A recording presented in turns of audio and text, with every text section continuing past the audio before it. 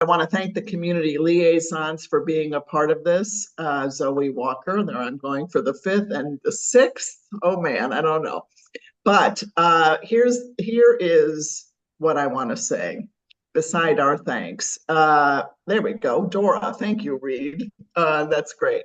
So I want to also thank the Illinois Soy Association and Todd Main in particular, our funder for this program.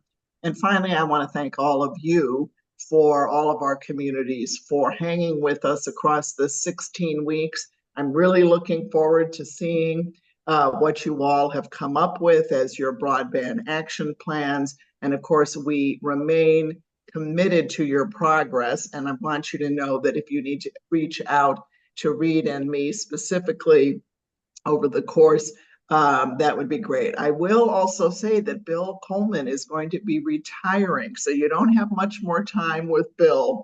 But if you want to get your questions in quickly, you can do that. And we are super grateful to him for all of his work in Illinois. So with that, Bill, I don't know whether Ling Ling is here. I do not see her. Okay, then we'll make sure that once she gets on, she does have her couple of minutes. And Hillary, are you going to speak instead? I certainly can. How is everybody today? We're great. Thank you. I also want to say thank you so much, the Soybean Association and to Benton for bringing all of you together and, including us in our liaison duties. We've had such fun getting to know everyone and traveling around the state to see you in person. Just wanted to remind everybody that you can continue to be connected with the Illinois Office of Broadband and the Illinois Broadband Lab. If you would like the latest on the upcoming BEAD process and the upcoming digital equity grant program, I'm going to drop some links here in the chat. Feel free to sign up for our newsletter and also our partner form. So that means that we will roll out all the news and all the news that is relevant to you specifically. So thank you so much and stay in touch, everybody. So Hillary, I think there was one specific webinar that Ling Ling wanted to plug, and it was coming up on, I believe, June 27th. Am I right? I believe the 27th here. Maybe 24th. Good God. I can quickly look it up, and maybe, as I said, she'll... Right. 27. Nancy has BEAD 101. Oh, yes, indeed. So we have our broadband. So what we've been doing with our digital equity grant program is that we've been designing it. We've been designing it with our public. Whoa. We've been designing it with our public. I'm sorry, my computer is freaking out here. And so we are excited to have this co-creation process with you. Feel free to sign up. I'm going to share the link here. You can lend your expertise to our program here and talk about what you would like to see for this digital equity grant program. So let me forward this link. I will get all these links in the chat. But yes, that is June 27th. At 2:30. That's an hour-long program, but you're the experts in your area, so let us know how you would like to see this grant program shape up. Thank you so much. Good. Thanks, Hillary. I do see Robbie has dropped the link in. Thank you. Excellent. Thank you. Good. Well, great. And today is very obviously exciting day for the group.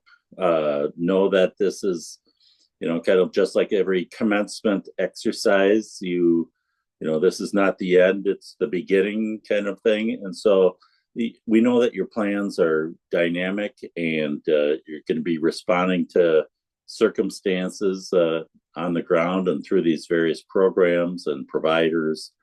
So I encourage you to really try and keep your team together. And maybe not meeting every week, but at least every month, check in, assisting the county staff who may be leading this, your regional planning agency that's helping you, but to make sure that your citizen input into this process and the power that your organization has created around broadband in your counties stays in place, because it's easy to let it slip. I like any kind of volunteer organization, unless you feed and support it, it's important to keep it going. So with that, we're going to go right to the presentations, and I think we'll just go in alphabetical order today. And so we're going to start with Boone County. All right, good morning. I'll share my screen. Are you all seeing that? Yes, looks good. All right. Good morning, everyone. My name is Molly Neighbor. I'm an economic development planner for Region 1 Planning Council. We've been going through Broadband Breakthrough Program, and so I'm just here to share kind of what we already knew going into this program, what we learned through it, and then what our next steps are. So then first, we just want to say, thank you to the Illinois Soybean Association for being the funder of this program. We also want to thank all of the collaborators who helped execute this cohort through the Broadband Breakthrough Program. You've all been so helpful in providing guidance and your expertise to each of us as the counties, so we really appreciate that. In addition to our collaborators at the more programmatic level, we want to recognize the collaborators from our community leaders. So I have them all here on the screen. I won't run through them individually, but each of these organizations has definitely played a crucial role in getting this planning kind of kicked off and representing the individuals that they serve. So then moving into our vision here, when we kicked off a few months ago, the team set out to provide fast, reliable, and affordable internet connectivity for every resident in Boone County.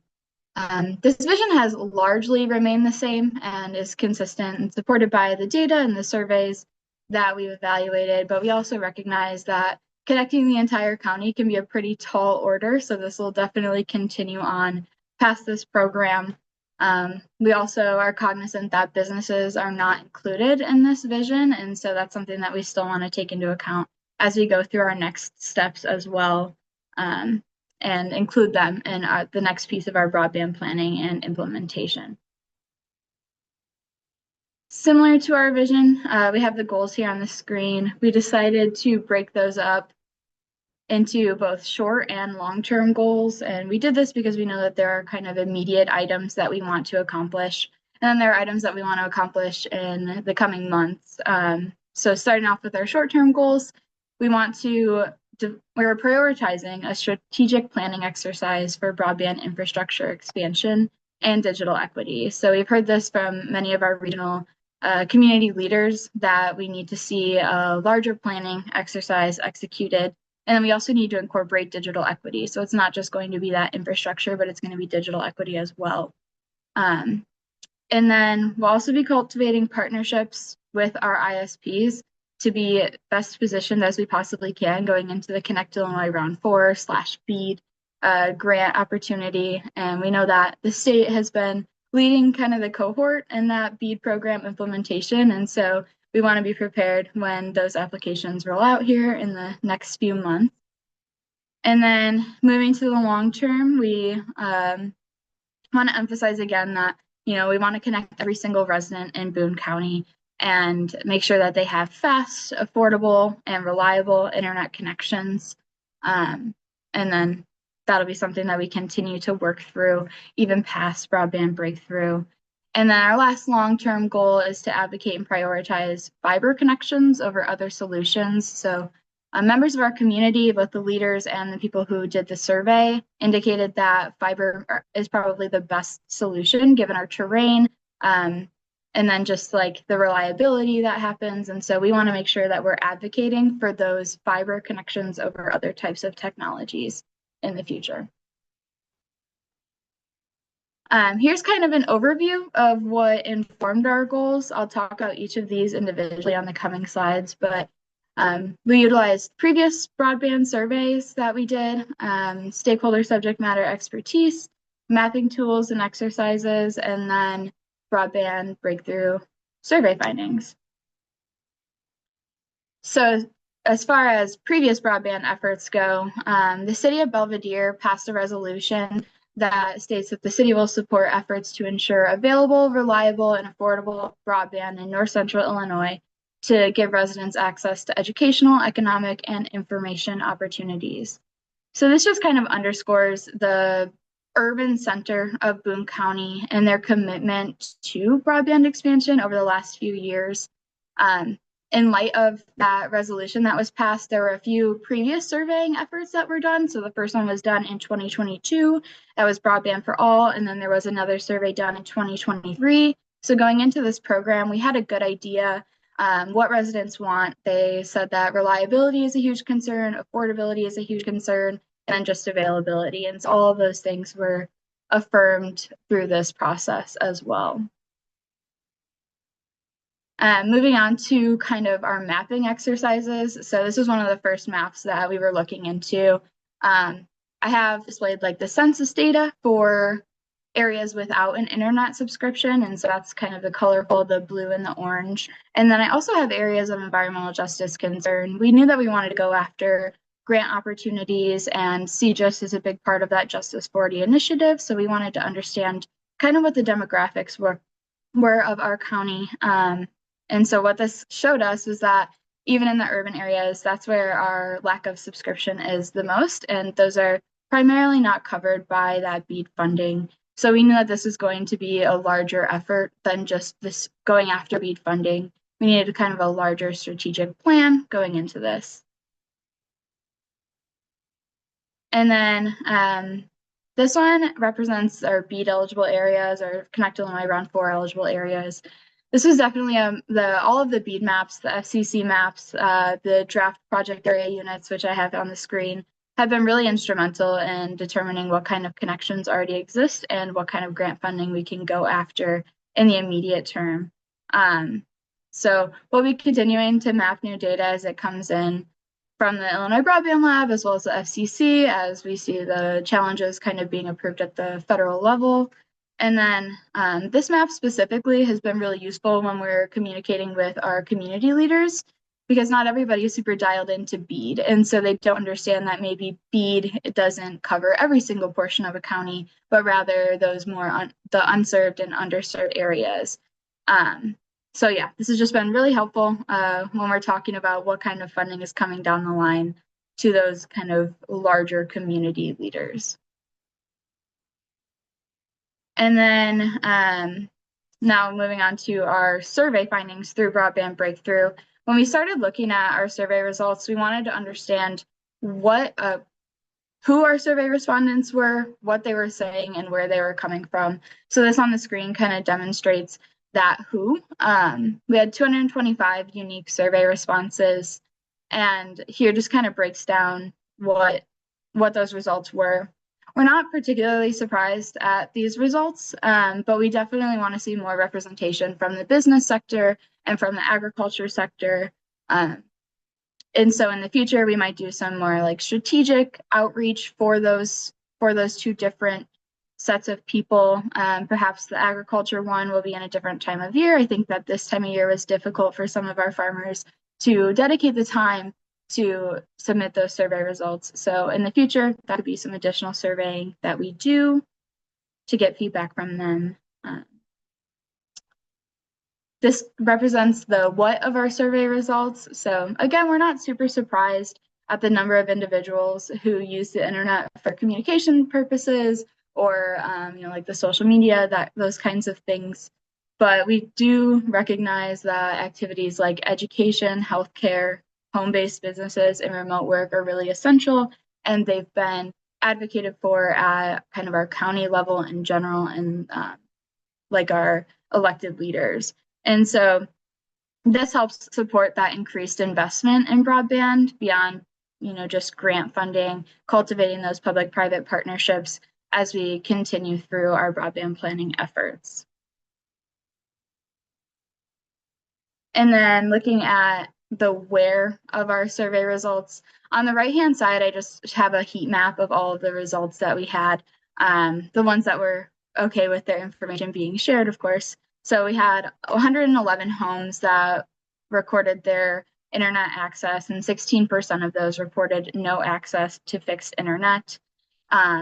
Otherwise, deeming that those are unserved. And then 69% of those reported that they were underserved, so they were not meeting that standard of 100 by 20.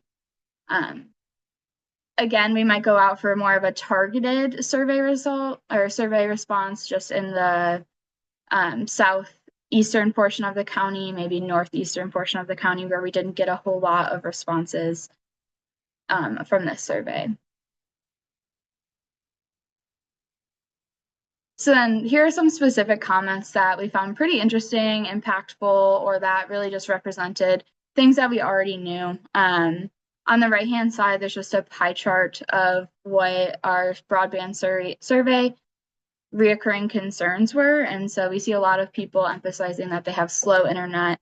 So that could be something of increasing in urban areas, increasing that kind of competition to provide more access. And then something that we kept seeing over and over again is that our farm is in a valley. We saw that in quite a few comments. And so that just emphasizes that fiber connections could be the right connections to be made for our county to make sure that everybody is served. Just fixed wireless, maybe it's just not conducive for the terrain for these farmers. The second one on the screen we thought was really interesting. 12 years since moving here until we had decent service. Now the problem is price. It's a highway robbery. This again just kind of corroborates that affordability is a really big ask from our residents. And so by increasing the number of options in an area, we can start to get at solving that problem. Last comments, just that reliability is an issue, that it would help improve the efficiency of my business, and then we'd love to even have an option. So again, not super surprised, but we thought that these comments kind of supported our initial vision and goals. All of these different data sources led us to create this slide here. So these are our community support priorities. These are just items that we've been hearing from previous surveys, from our community leaders through these surveys, that we need to be advocating for when we're creating partnerships with ISPs. So we broke it down into 3 different categories. The one on the left is speed, affordability, and then support. So on the speed side, we want, when the fiber is deployed, we want 300 by 30 megabit per second. And then within 3 years of that connection, we want 500 by 50 and then 1000 by 200. And so what we mean by this is just the capability for the equipment to offer these speeds. They don't have to, that doesn't have to be the actual rate that customers have to sign up for, but we just want that option. In terms of affordability, we see $55 a month. This was supported by our survey results. The average amount that individuals were comfortable spending was about $60. So we thought $55 a month was a good benchmark for that price. And then once individuals connect, we don't want large increases in those costs. And so we want the increases to not exceed 5% for the first 5 years. Going along with that, we want service contracts to be no greater than 6 months. In terms of support, we want someone to be able to repair or support customers within an hour's drive of anywhere within the county. So that's something that we'll be advocating for. And then also a call center for consumer concerns and monthly proration for any outage that is over 1 day. These priorities might seem a little bit lofty, but we got feedback a few weeks ago from our ISPs on whether these things are doable, and the vast majority of them agreed that these are reasonable priorities to have. So we'll definitely be having these conversations with our ISPs in the future and kind of negotiating on what they can offer us and where that meets our goals as we leverage our letters of support and community match. So then on that provider engagement, we've had 2 kind of larger events for our providers. And so the first one was back in April. That was really just to gauge the general interest of our ISPs. That was kind of a larger group that met. We established contacts. We understood general areas for service expansion at that meeting. And then earlier this month, we met again with all of our interested providers.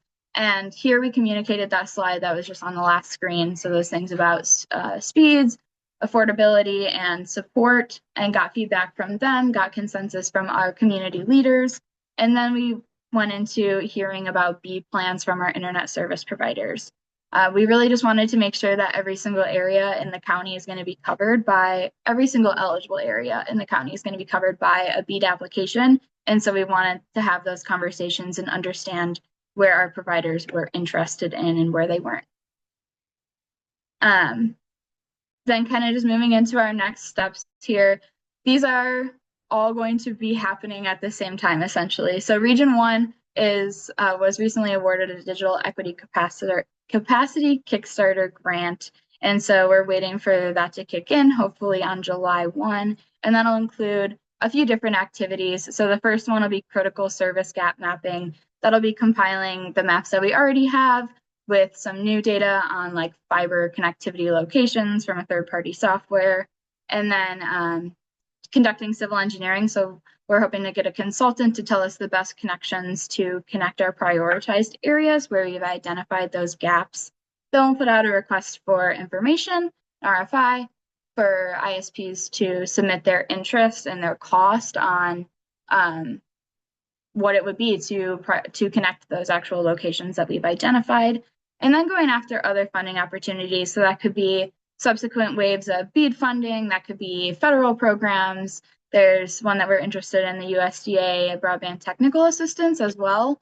And so, you know, looking at the infrastructure deployment solutions from the state and federal level at that point. So then another thing that we'll be doing is the Connect Illinois Round 4 BEAD, and really that just means that we'll be continuing to meet with our ISPs. We met with some of them on an individualized level. We've gotten maps to understand where they're interested in and where they just responded to the request for input at the state level. And then we'll be leveraging our letters of support and community match, and that'll be in line with those priorities that we talked about on a few slides back. And then the last thing that we'll be doing is pursuing other funding opportunities. And so again, just pursuing additional infrastructure grants at the federal level, and then digital equity grants. We've heard from a lot of our community leaders that it's not just about the infrastructure, but it's about knowing how to use the internet as well. And so that could look like digital literacy programs, that could look like hotspot deployment for our libraries and our school. We've heard about all of those things from our community leaders, and so we want to continue going after those opportunities. And then the last thing is really just to cultivate our public-private partnerships. As we talked about, not every single area that we are interested in or that needs to be upgraded is eligible for like BEAD funding or even other types of funding. And so we want to make sure that we're creating those partnerships with our private ISPs to make sure that they're covered as well. So then that kind of wraps up what we've been working on for Boone County. I don't know if there are any questions or anything else. Thank you so much, Molly. That was really great, and it's exciting to the progress you've made in these last several weeks with the providers. I think is really impressive. So thanks for putting the pedal to the metal, I think they would say on that, and I think it's really timely and really effective. So thanks for all that work. You guys have much impact of the RDOF defaults or ineffective RDOF, and how are you dealing with that? I don't think that we had many in our region. There are 2 smaller locations that have been affected by RDOF. We haven't looked into it on a large scale just because there's not a lot of them out there. Great, good. That was my understanding too. So good. Thanks so much. And what are your plans to keep the effort going? Is that led at Region 1 then, or do you see the county team continuing to work? Yeah, I think that that'll be at Region 1. You know, we're getting the Digital Equity Capacity Kickstarter grant, and so that'll allow us to continue convening our community leaders. We want our community leaders to still be representing and advocating for the people that they serve. So I think it'll be a responsibility held by Region 1, but still with collaboration from our leaders. Great. Thank you so much. Thank you. Nice job on the presentation, and slides are very clear. So I appreciate that. Good. Could you send those slides to Reed? Yeah, of course. Good, thanks. Next up is Johnson County.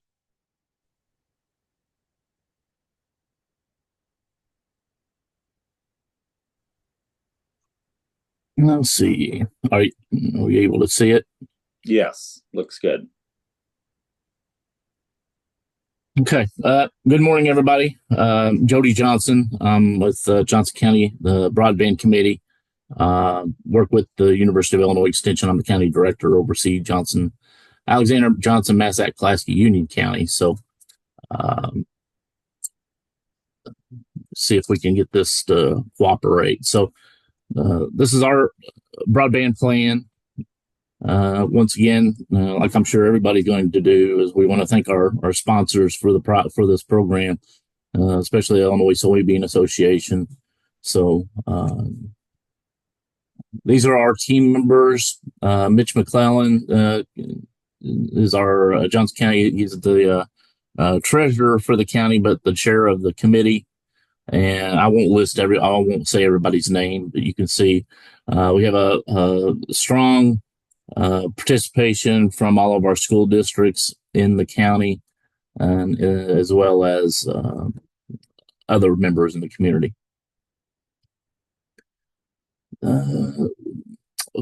From the survey results that we got, we had 197 participants in our survey. Johnson County, it really culminated around the residents that are looking for more reliable, more affordable, and more options for broadband services.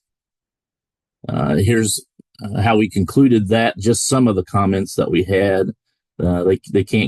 Some just cannot get internet service. Here they're pointing out the price. They spend over $100 on internet, and a lot of times that $100 isn't even getting them what would be considered an industry standard of high-speed internet. Others are saying that they're pointing out the service is unreliable. Maybe weather causes problems. So it goes back to the point of creating affordable, reliable internet service for our residents. So here, there's another comment talking about working from home. So we'll explore that a little bit more. So the vision that we come up with, we actually modified from Marion County, Oregon. They had a good statement that really we can relate to in Johnson County. Johnson County, Illinois does not intend to be a broadband provider, but rather to help identify barriers to accessible, reliable, and affordable broadband, and to help convene broadband providers to enhance broadband services to underserved areas. So the strategy, we want to support internet service provider, their applications for federal and state funding that prioritize the most underserved parts of Johnson County. My personal feeling is if we don't help the most rural parts of our county to get this broadband service, then those are going to essentially be ghost areas, undeveloped areas in the years to come. Much like not having access to water lines or electricity. So that's how vital we see this infrastructure being. We want to support the internet service providers, their applications for high-speed broadband access. And to me, it's important that it be fiber to the home. Fiber is that backbone that's going to provide the most reliable service that will leverage the ability to conduct business from home or work from home for telecommuting or education from home. To encourage ISPs to provide affordable services so individuals and communities can have the information technology capacity needed for full participation in our society, democracy, and economy, which is the definition for digital equity. So what have we learned? We know that 5% of our population, we should say, of the 197 applicants, that's about 1% of our population. Johnson County's population is at 12,000. And some of that does include inmate at local state prisons. So really our population's around 10,000. So point being, of the 1% population that responded, 5% say they do not need or want broadband. We have 37% that have no services at their location, 29 saying the price is too high, and then 11% are saying that the internet speed's too low, and then 18 is talking about reliability. So I just point out again, the data is pointing to what the need definitely is. Looking at some of our maps that were provided by the Benton Institute, this was the survey respondents. What I liked about this map, this is just mapping where our respondents to the survey, where they live. So geographically, it's a good representation of across the county. Of those respondents, several of them said yes, that they would be interested in providing vertical assets on their property. So once again, you see another a lot of green dots showing the potential for vertical assets should wireless be a solution.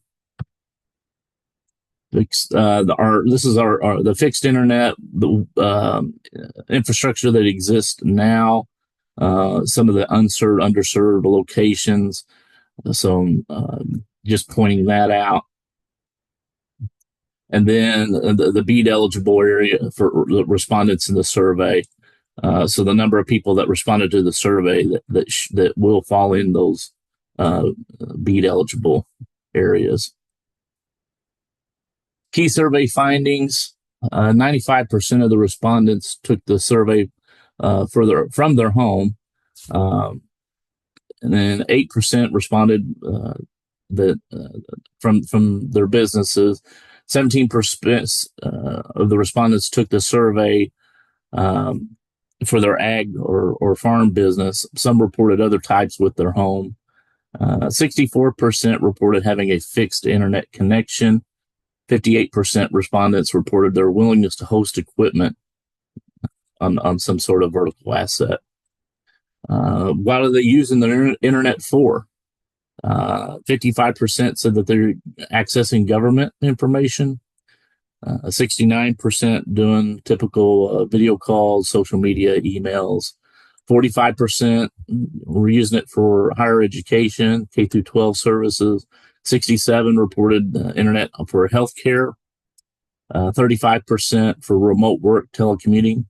64 for online banking, financial management. So 66% access for online shopping. So almost 50% of the respondents are using internet in a pretty constructive manner. What they would like to use it for is, again, all those same categories, and you can see the percentages that were reflective for each. What are we going to do? As a committee, we're committed to continue to help the internet service providers to serve Johnson County. Chair Mitch McClellan and other county leaders have spoken with the following providers about the interest in providing fiber to the home in Johnson County. Frontier is expressed interest. The WK&T Telecommunications out of Kentucky is working to get to Jackson County, which is Carbondale, Murfreesboro area. So they have interest of addressing the west side of Johnson County. Shawnee Telecommunications is a local company, and they have a lot of fiber, and they are a very good company here locally providing services. And then Clearway Communications is another local, pardon me. They were a local company who got bought out by a company in Texas, but unfortunately they're not interested in pursuing any government funding, but they are interested in being a middle mile provider to other services. So the challenges where we face in Johnson County. Hopefully you can see my arrow.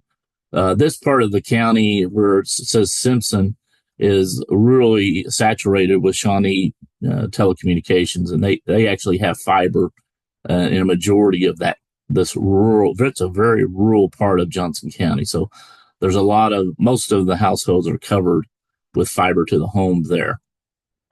A lot of these other areas that are highlighted are going to be BEAD eligible properties that we hope to entice the service providers to engage in projects. So,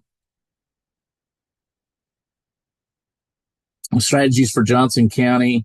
Like I said, we will continue to work and engage with those internet service providers, encourage them to apply for state and federal funding. Johnson County will host community meeting to inform the public of the survey data that was collected, and then we'll invite the service providers to engage with the public at that time. Provide data collected to the internet service providers to help them in their application process. We'll provide letters of support to help the internet service providers, and then we'll encourage local municipalities, utilities, holders of right-of-ways to cooperate with the service providers in their installation of fiber throughout the county. The funding opportunities, obviously, what can we do? The county's not in a position where they can provide any upfront money for match or any special funding in that sense. However, the county and other are willing to do letters of support for the ISPs. The funding that we would identify would be the BEAD program and then also the digital equity programs. Our community role, leader role, well, we're asking our leaders to continue to engage the citizens by asking them to continue to fill out the community survey, keep that data relevant, work with elected officials and community influencers to stress the importance of broadband infrastructure. We'll encourage internet service providers to invest in Johnson County, assist with the implementation of services whenever they become available. So in conclusion, Johnson County will continue to champion the deployment of broadband with any service provider who's willing to invest here.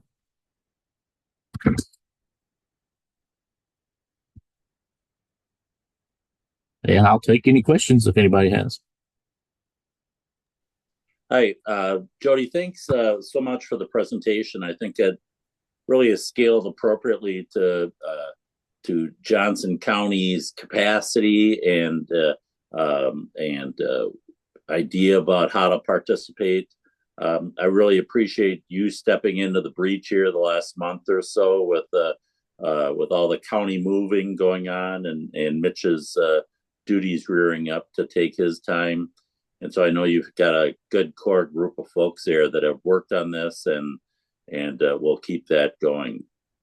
It's great to see Shawnee was so interested in your county, and I know that they're a high quality provider. And as you think about, I know you guys are open to supporting all applications, but some applications might be better than others. So that it's great to have that interest from the providers. So I think you've done a really good job of reaching out.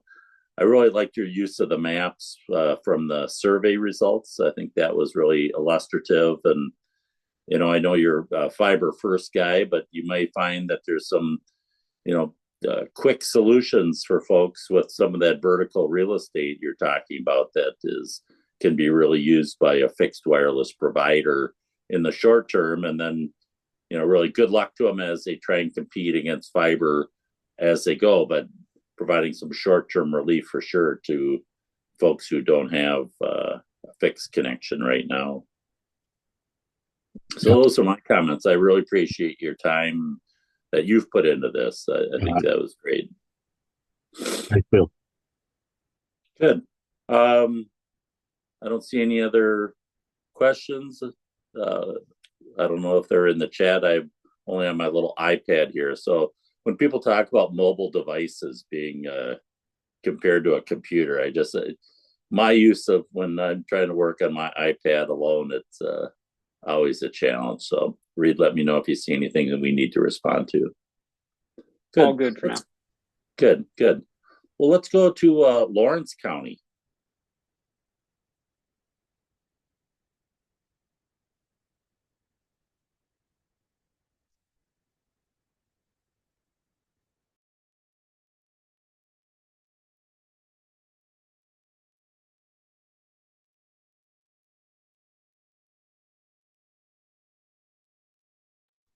You might be muted in Lawrence.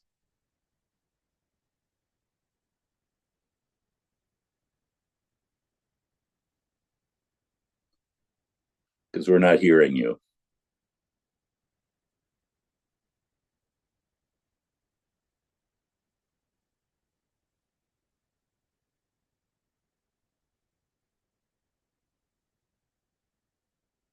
Reed, can you see if they're muted? Yes, 1 second. Looks like, yeah, Morgan, you're. Oh, there we go. Okay, you guys can hear us now? Yes, we can. Okay, sorry about that. Okay, I'm Heather Schultz at the Lawrence County Memorial Hospital, and here with Morgan Arnold from the Lawrence County Health Department and the rest of our group. Our mission statement is empowering connectivity for all, bridging the digital divide in Lawrence County. And there you can see us. We are in the southern Illinois, are down towards the bottom, and digital.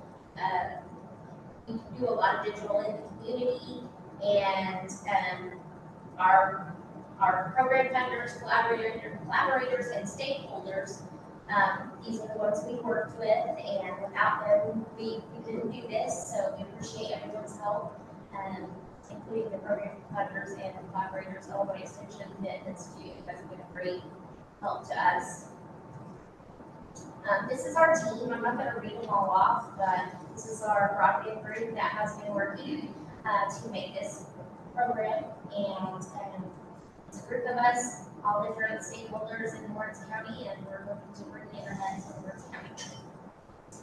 I want to show a little bit about our county, just to give you some things that we have an airport here in our county. And those are just some events that we've done. Agriculture, CEO class, different entrepreneurs, and some of our businesses. And Cohort Festival is a big event that we do out at the state park, and the internet out there is very difficult to reach. So we have businesses set up out there, and they're trying to do payments electronically or via internet. It's hard for them. The same goes for food trucks, things like that. So that's just a little bit about Lawrence County. Our pictures just to show you. Our urgent needs, we know is agriculture, education, e-learning, telehealth, and working remotely. In our community, we have a lot of agriculture. We have a lot of people trying to do work remotely from home. Telehealth is a huge need, and patients are not able to get that due to lack of internet access. And like Heather said, in Lawrence County, we believe that we believe and we know, because the data shows that a significant number of farmers do rely on the cellular internet because the fixed internet options are very limited in their area. We feel like with the data and the findings of the survey, they have, the farmers have had to turn to mobile broadband, just given its convenience. However, they're still frustrated at the lack of options, and especially the speeds and the affordability of those as well. So we had a Facebook page, and we ran several different posts as well as some radio ads. Attended a chamber luncheon to try to reach a larger audience with this broadband committee. And so you saw some of our Facebook posts, and then as well as our ad that we, or not ad, I'm sorry, it was a flyer that we sent home. So those the students could give it to their parents. We had it in several different local businesses, and that was our way of encouraging those folks in the community to scan the QR code and then take that survey. Some survey comments, obviously we had hundreds and hundreds, and so I don't want to bore you with all of them, but we felt we pulled some of the most important ones. The fourth bullet there I thought was probably one of our favorites. We've lived here for 22 years. Reliable fast internet has always been something we've lacked. We were told we would be getting fiber when they dug up our yard several years ago to lay the line into Martinsville. Well, that was a lie. We don't think living outside of town should mean you can't have fast internet service. And I think that is the general consensus around here. I think if they say, well, we live in the country, we don't have good internet service. I think we've all heard that more than once. So as you can see, there's a couple other comments there with, along with respondents with no internet access, 59% reported access that are being underserved. So we realize that that's more than half, and it's probably even more people than that are frustrated. So our mission statement, Heather went over that briefly. This is a little bit more of an expanded one. We do commit to including expanding the access, the affordability of the internet, community engagement. We feel like, as you can tell, our team is large and we are all from different businesses, but we have engaged the community through chamber, through other events, and just trying to constantly communicate with other people about the Providence Committee and why we're doing what we're doing. And economic growth. We're a small town, but we can be mighty, and we want people to come to Lawrence County. We want those college students who have moved away, we want them to come back. So we want the working remotely option to be, to be convenient for them. We've learned that, like Heather said earlier, between businesses with remote work, e-commerce, even just pulling up Square, like she said, out of the airport, they don't have enough internet to even run a credit card transaction.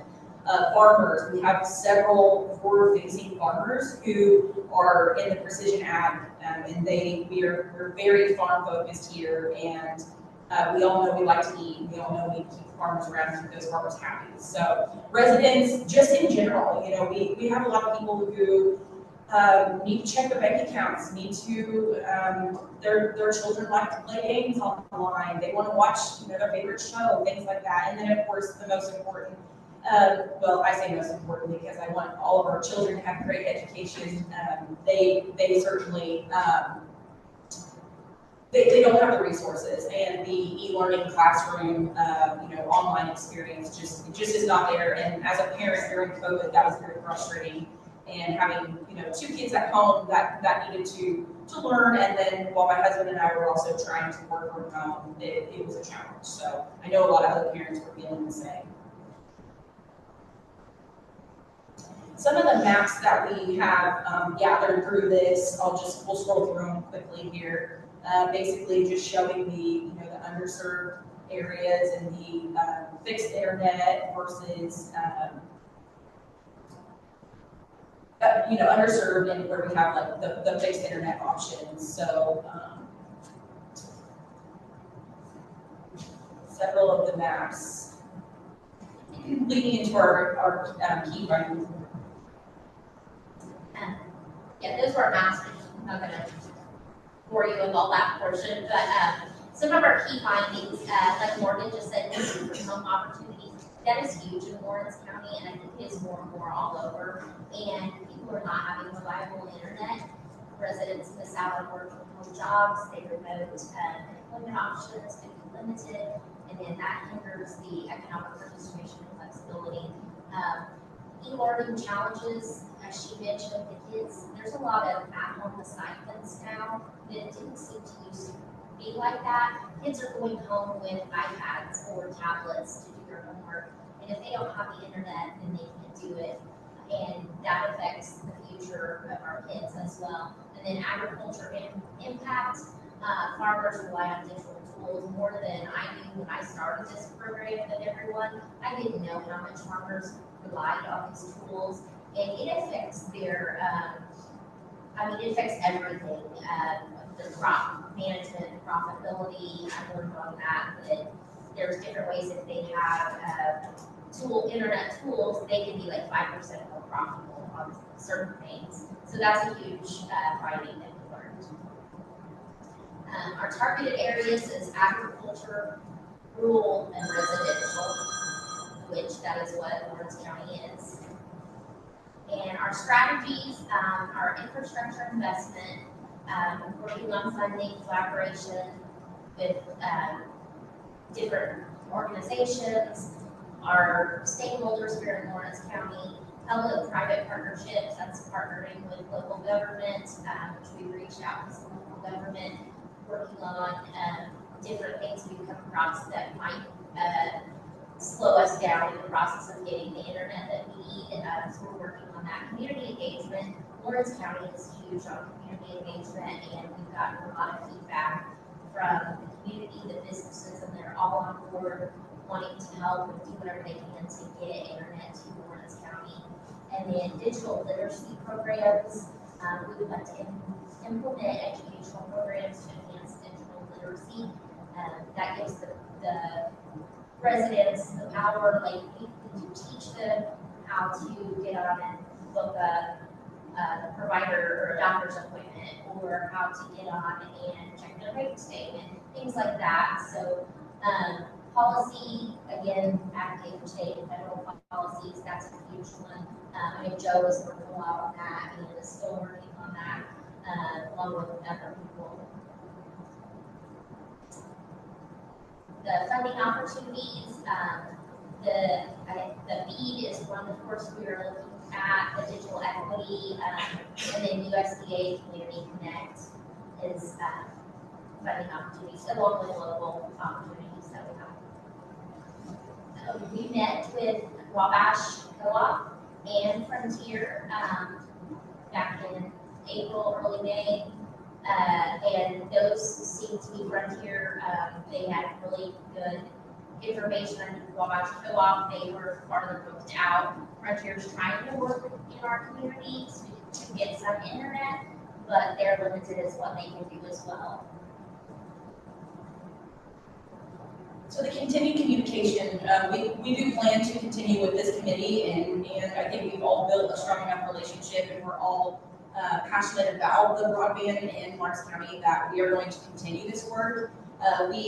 Like we've said multiple times, because we're a farm community, we're going to continue to target and bother those farmers to tell us, hey, let's work together. Please tell us how we can help you. Tell us what your issues are. Also meeting with the Farm Bureau, we have a representative on our committee who has been very helpful. And regular meetings and check-ins. Like I said, we plan to further this committee, and also it has also brought us together. And it's made us realize that coming together, and we all can, if we put our money and our brains and our effort, more than likely we will be successful. Again, regular meetings and check-ins and social media. We do plan to continue to post on our outlets, and then we have a great radio station that we work with as well. Share presentation to any county stakeholders between all of the different entities that we're involved in, and can just continue to educate people, and as well as town halls. This was a big key survey finding for us. 29% of the farm ag business respondents indicated satisfaction with how their fixed internet connectivity supports business functions. So just the day-to-day accounting, marketing, purchasing, payroll. I can only imagine the frustrations that farmers feel when they want to look at the core numbers, their stocks, access their payroll. I can only imagine the frustration of the farm hand when he doesn't get a check because the internet wasn't strong enough to get onto QuickBooks and process that check. A couple of the other survey findings we had were 69% of the respondents were not satisfied with the affordability. That was something big. As we were looking through those survey comments, we felt like a lot of people thought that they were getting ripped off, for lack of better terms, of the financial aspect of this. And then as well, just a little bit lower, 65%, were not satisfied with the speed. So speed and affordability, that's huge when it comes to providing good internet, and also excuse me, and also just, you know, overall, you want to, if you feel like you're paying a lot of money for something, you want to be happy with what you're paying. Of those who had access to the fixed internet and took the speed test, less than half, 43%, reported a speed of less than 25, which is actually at FCC standards saying that it is uncertain. So 25 megabytes per second upload, or 3 megabytes per second download. And I have learned, I didn't know much about these numbers when we first started this broadband committee, but I've learned that that's just not good.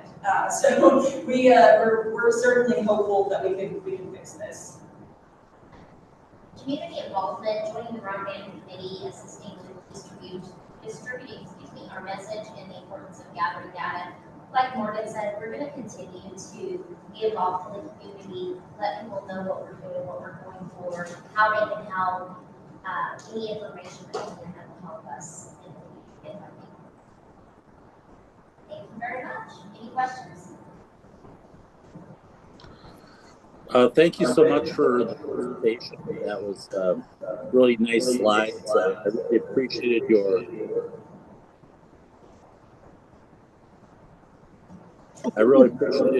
mission statement. I think that was really effective, and the way you broke it down with what you were doing with that. So I thought that was a really positive message. I also, can you fill us in a little bit about where you are with your providers? So Frontier and then Wabash. Do you see Wabash as applying for BEAD funds in your area, or are you going to rely on Frontier? What's the status of that, Morgan? Wabash seem to be, they have to get board approval, and they also are behind. They have several projects going on. Frontier is actually in our community, and Wabash is as well. I didn't mean it that way. Frontier is working in our community right now, trying to upgrade key areas, and we met with them. They said they would help. They would help with the BEAD grant. They do a lot of the legwork, help us with that. I think our situation right now is the fact that we're in some sort of contract that some of our areas are not going to be eligible for the speed grant. We talked about that before. So we're not 100% sure how that's going to work out. And as I mentioned, Joe's talked to legislators trying to get that changed. We're not exactly sure how that's going to turn out. But Frontier was our option, and they said they would do a lot of the BEAD grant legwork. Okay, yes, and that's that RDOF situation there. So just keep your eyes on that, and hopefully we'll get some good resolution of that as we go forward, because it certainly impacts not only your county, but several others in this group and many across the state of Illinois and elsewhere. So no, you're not alone there. In regards to Frontier, you know, clearly they have the existing services, you know, not too good, but certainly a brand new fiber network would help them deliver world-class services to you. So, and I know they're very dedicated to try and get as many BEAD funds as they possibly can. So that could be your best solution right now. So good, thank you. Let's see who's up next. Lee County. Thank you, ladies.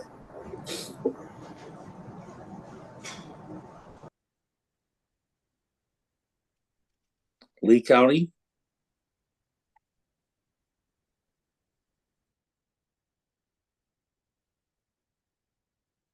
You might be muted. No, hey, Bill, how are you? Oh, there we go. I am trying to share my screen here.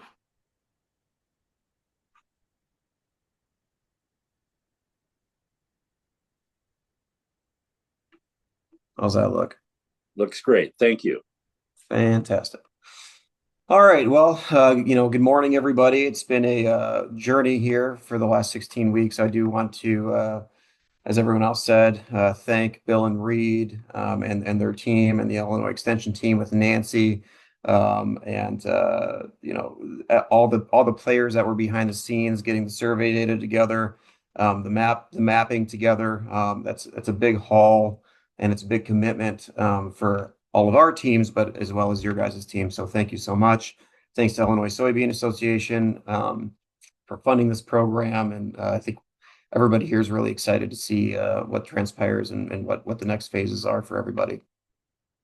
So our Lee County Broadband Breakthrough team was consisted of our Lee County Farm Bureau, our local Lee County Industrial Development Association, Sauk Valley Community College, our ETSB, our Regional Office of Education, our GIS department, which was very handy to have as they were very involved in mapping and the survey results, our local IT, our county IT, a couple board members, and then myself. So our vision and mission was to essentially have reliable internet anytime, anywhere, on any device. Lee County, will be a leader in broadband accessibility, bridging the digital divide, and ensuring every corner of our county has fast, reliable, and affordable internet. Fast, reliable, and affordable internet seems to be the common theme. So going through some of our survey results and comments, a couple things really stood out. We have a lot of service unreliability. One comment goes on off and on several times a day, sometimes once or twice, sometimes 6 or 7. They've reported it to the carrier for 3 years, and it just can never seem to be fixed. One comment: we're limited to using our phones for all communication, and the PC is inadequate. Another: I have no options for internet at my home. I can't get internet because of where I live. Providers can't get signal to allow me access. It's very frustrating. A small rural church may not be able to afford their pastor anymore. They were hoping that they could get broadband, which they are not allowed to have at the moment or can't get access to, so they could potentially do sermons on screen, which I thought was an interesting comment. Very poor service, spotty at best. It feels like those of us who live outside of city limits are forgotten. They have minimal options. Terrible service. So we had 288 survey results. And the majority of this were based off the same. And then through that, we were able to talk about our urgent needs with some of those key findings. And 14% of our respondents said they had no fixed internet access. So there's limited access. We have inadequate speeds. 81% of those with fixed internet access have speeds below our standards. 20% only have speeds that are promised above 100 megabits. So the majority of our respondents don't even have access to that. Affordability issues: 66% are dissatisfied with the cost of internet, and that's a significant barrier to them to be connected.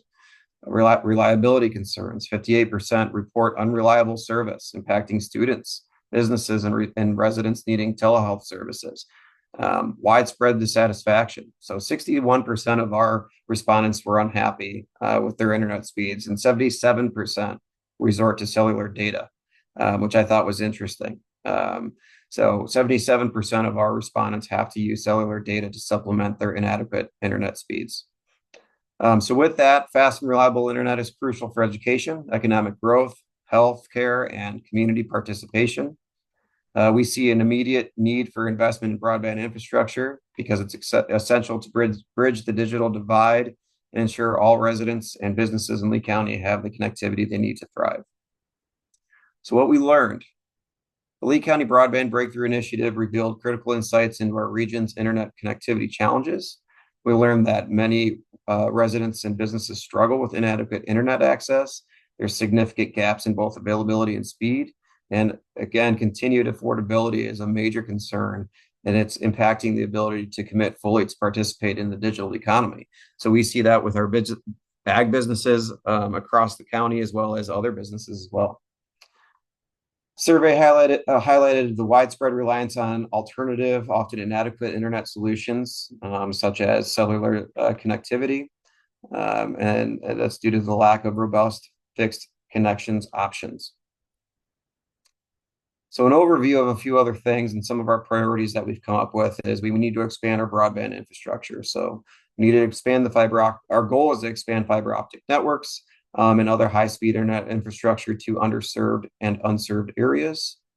We want to enhance affordability programs. So we're going to continue to collaborate with ISPs to create and promote affordable internet plans, including subsidies for low-income households. We want to improve service reliability. So we're going to continue to, again, to work with ISPs to upgrade existing infrastructure, focus on areas with frequent outages and poor performance. And we're going to hopefully help them implement regular maintenance schedules and robust customer service systems.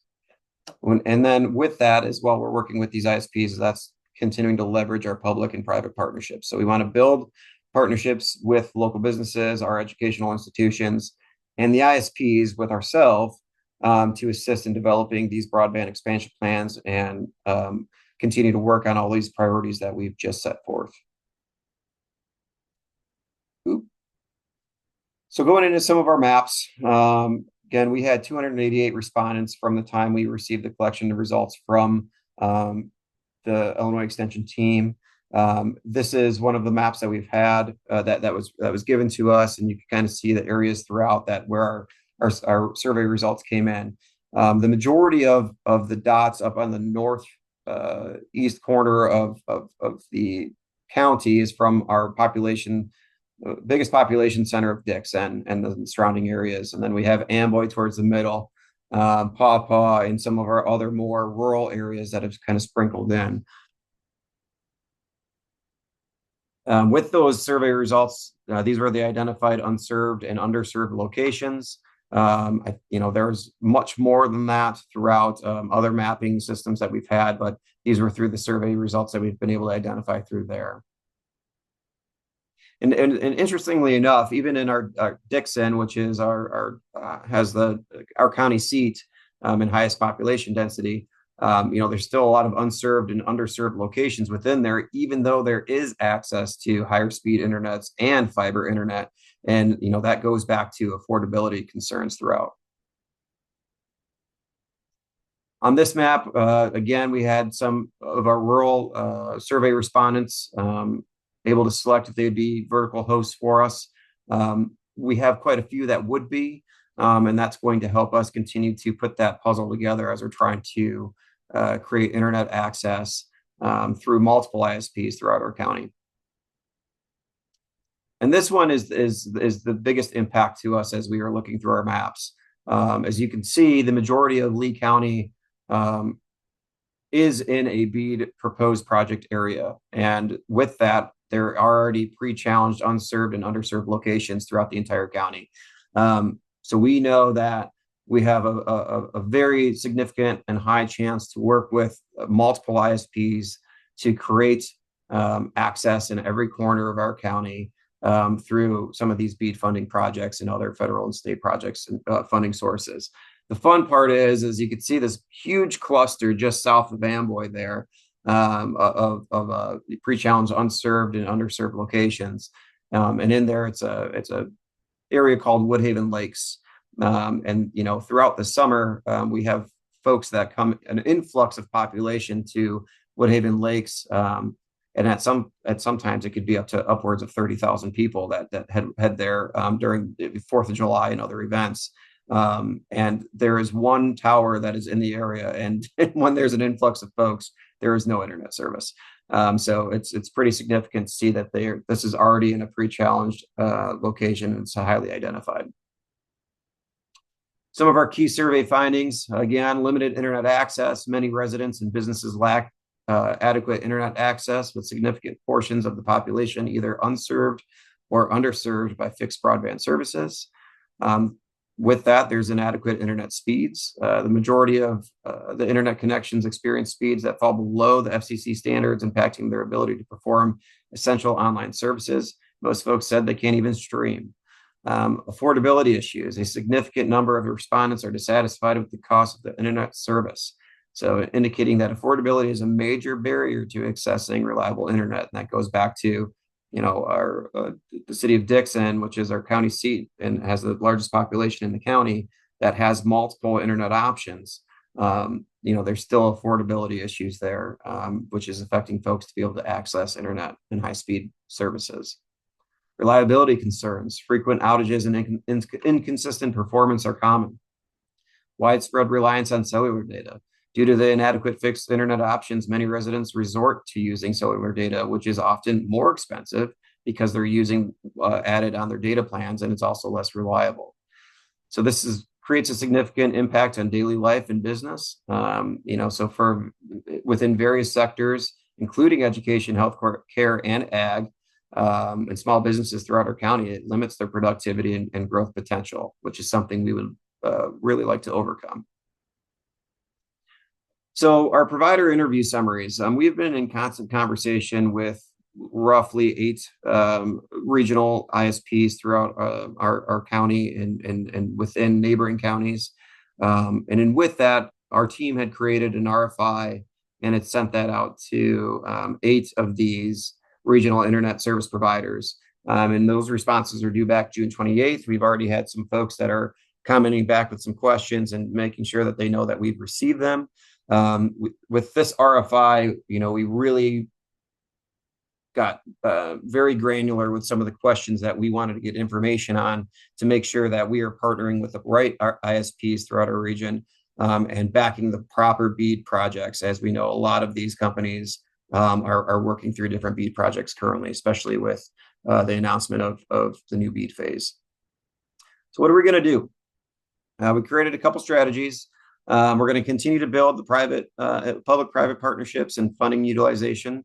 So we're going to continue to form strategic partnerships with ISPs and to work with them on their BEAD application for funding and to support broadband expansion projects. But one thing that the county realizes, we've never really been involved with any of our internet service providers or intimately involved with any of their expansion strategies.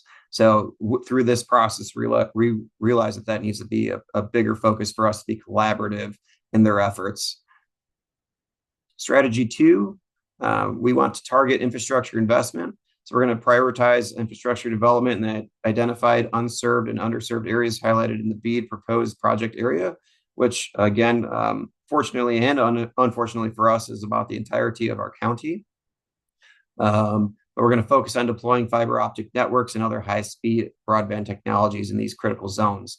So again, as we are out doing some of our scouting and talking to some of our survey respondents, even with folks that were promised high internet speeds, or even folks that are vertical asset hosts, they have very unreliable and very poor internet service speeds. So we're going to continue to target and work on our infrastructure investment here in the county.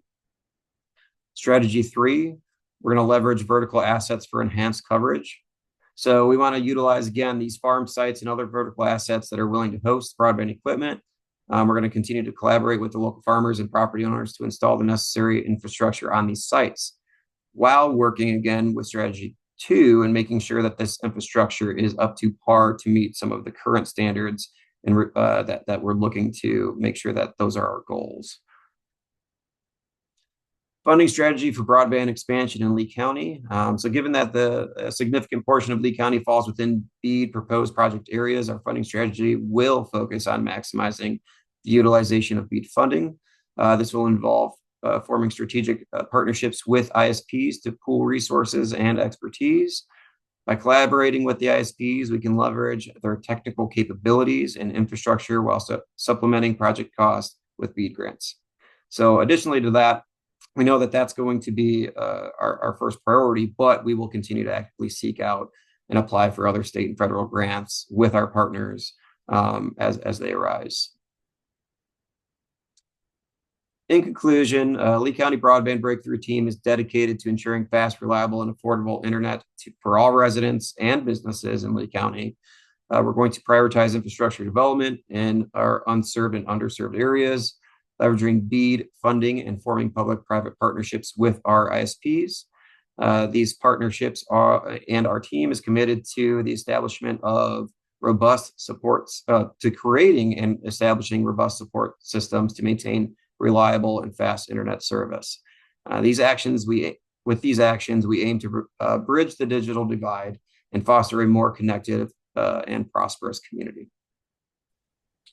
Jeremy, thanks so much for that presentation. That was really clear and very understandable. Really appreciate that.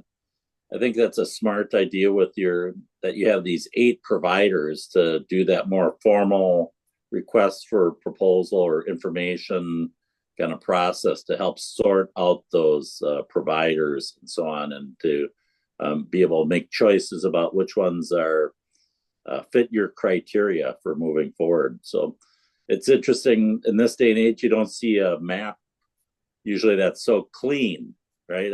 We see a lot of other maps that are snaky and this little section over here and there, but you have a real chance for transformation of your county and big projects and hopefully ones that meet your needs long term. So thanks for that good work of your team. Yeah, I mean, honestly, it was a fantastic effort by everybody, and our board member Ali Huss actually created the RFI, and we were able to clean up some of that, and it's just been a great team effort. But as you said, Bill, we realized that working with a multitude of ISPs is in our best interest, as we are going to have to really put the puzzle together. We know that there's not a one size fits all here throughout the county, and that's the approach that we're taking. Good. Let's see here. I want to just check the chat there to see if there's anything there. Nope. So good. Well, thanks so much for that, and great job, and thanks to your team. Let's go to Massac County. Hi, Bill. Hi, everyone. Can you hear me okay? Because we're kind of in a weird situation. Real good. Am I like super loud? Nope, you're good. Awesome. All right, let me share my screen.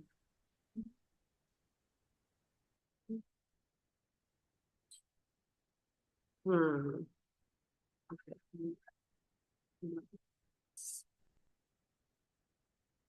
Tiffany, do you know how we make this full screen? Should I just click on it? Okay, hold on. Let's try opening this Google slide. Oh, shoot. I don't know what I just did. Hold on. Hold on. Sorry. We are having some. That's okay. Take your time. Just do it like. Here, Vic was this first. God.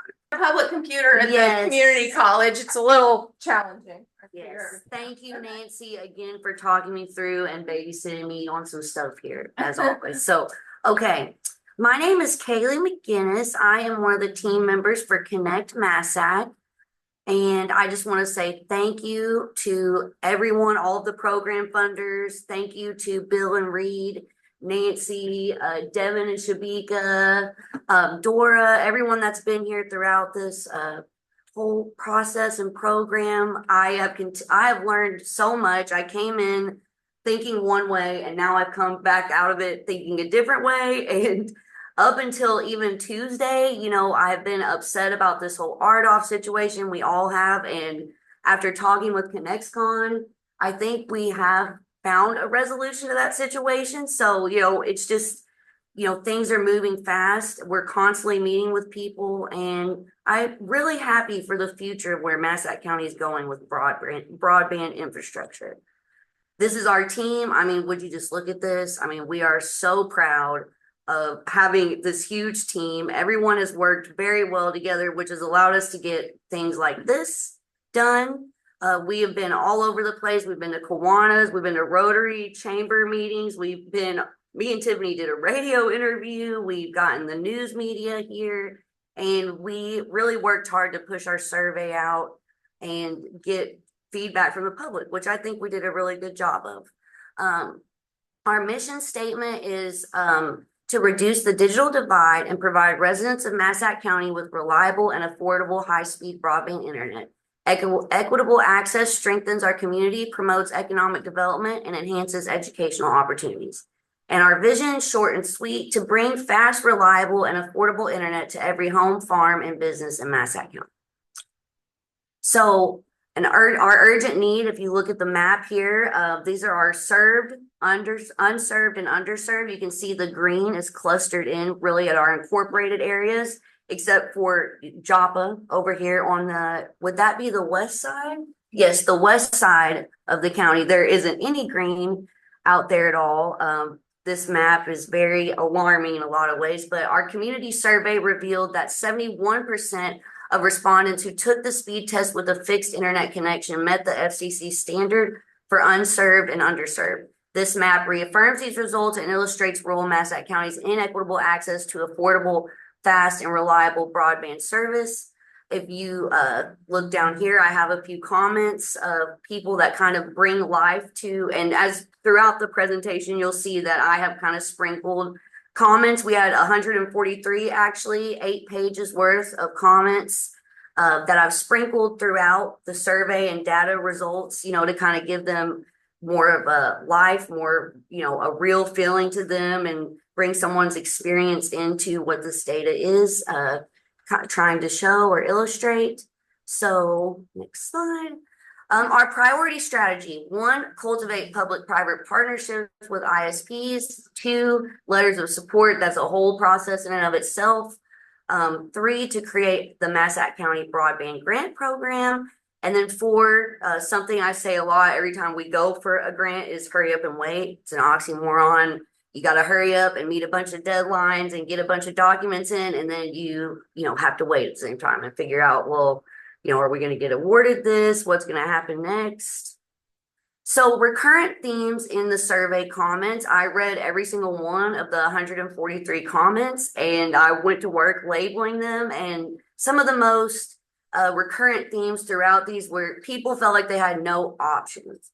They just felt stuck. They're desperate. They're constantly having to use their cell phone data or their cell phone internet or cellular service to perform daily, functions, daily household activities, entertain themselves, unable to engage in work or educational activities. A lot of frustration was expressed by people that are in remote work or people that are thinking about getting some kind of educational degree that simply can't, because their internet access is so poor. I don't know about you, but I'm not one of those people that leaves a lot of comments on things or reviews, but the only time I do is when I'm angry. And that's how I felt, people really wanted to let us know what was going on and what their experience was like in these comments. Also, unaffordable. People plain said, this is highway robbery. People called Xfinity Scamfinity. I mean, it just went on and on. Frontier sucks. That is just one of our, I saw that a lot throughout the comments. And then a lack of security. What I thought was interesting is a lot of people equate broadband and having high-speed internet with being able to have security. And there was a ton of comments about, I can't run my security cameras. I can't protect my home. I can't see who's knocking at my doorbell. And it's very frustrating. And that was something, I didn't originally think about, but reading those comments kind of brought to light. Some other notable comments here. Please help us get reliable, consistent coverage in the Massac County area. We would highly support an organized movement to acquire better high-speed internet access where we live in northern Massac County. Northern Massac County is definitely unserved and underserved. We need fiber optic lines put in so we can come into this decade. And all of Massac County needs high-speed internet. Kids need it for school, and people could work remotely with good internet, have good jobs, and still live here. Key survey findings: 715 people took our survey. This is unbelievable to us. We cannot believe we got that many responders. That just is a testament to how hard the team worked to get out there and get these results. And we are proud of what they show. Well, not proud. It shows a lot of, negative things about broadband access, but we're proud to have that knowledge available to us. Between 20 to 40% of respondents, including those taking the survey in homes, businesses, and farms, reported that they did not have a local internet connection or service provided at their address. Respondents were overall dissatisfied with their ISP's current service in the areas of reliability, affordability, and speed. And one of the most interesting ones, one of the only ones where we had 100% of respondents, 100% mark, was of those who had access to cellular internet and took the speed test, they met the FCC standard for unserved and underserved. And that is kind of concerning with how many people in the comments stated they have to resort to cellular data throughout the day.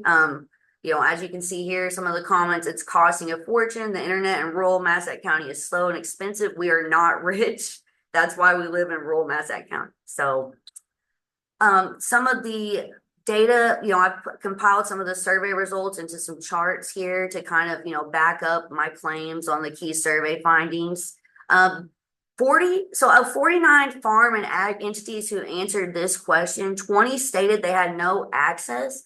According to USDA, there are 417 farms located in Massac County. So imagine if you were to expand these numbers or input the kind of trends you're seeing onto those other 417 farms in Massac County. How many are we missing? You know, how many don't have, you know, that didn't take the survey, don't have access? I mean, these are things, you know, we need to think about. So what I should say here, and I don't know if that's blocking the top, but this is the percentage of satisfaction that CERT respondents found with their affordability, speed, and reliability. As you can see, people are not satisfied. Additionally, only 17% of respondents reported satisfaction with the number of ISPs in their area. 321 people answered that question. So what do the other 83% feel? You know, satisfaction, people are, and that is totally reflected in the comments, as you can see. Only able to utilize Frontier services, often unreliable at best. No higher level of service available at my house. And again, another thing, people hate Frontier. Frontier sucks. That just keeps coming up and up.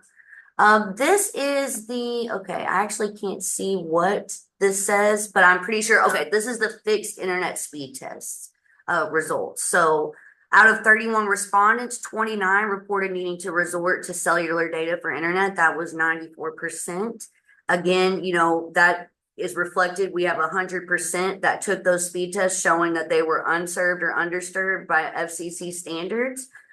During the challenge process, most rural areas not in enforceable commitments, we were easily able to challenge if the listed ISPs were Verizon or T-Mobile. In fact, I would be like, oh my gosh, yes, Verizon is on here. I know that I'll be able to challenge them and show evidence that they do not serve that area. So again, here's another comment. We usually lose internet once a week. I have to have a backup hotspot because my daughter is in a master's program.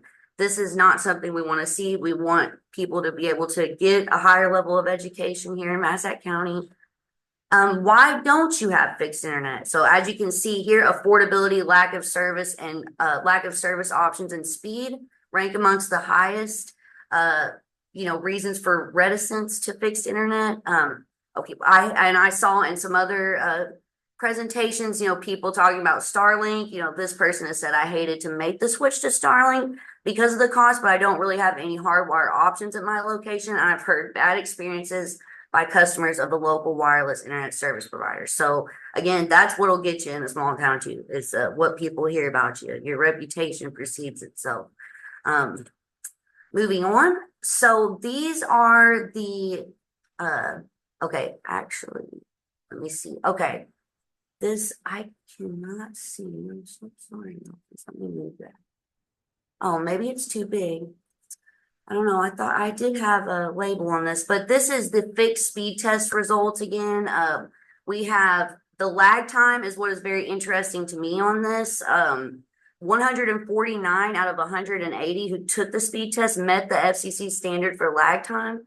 89% of respondents, so that was 595 people, reported they needed to connect 5 or more devices on their local internet connection. These results would make it very difficult for a rural household to support that average number of devices. As you can see, the unserved and underserved 71% with plus no access, making it 76%, which is, if everybody had taken it, just imagine what those numbers would have been and how poorly we would be. Okay, let me go next. Okay. So this, was, farmers who discussed or answered what they reported using, precision agriculture functions.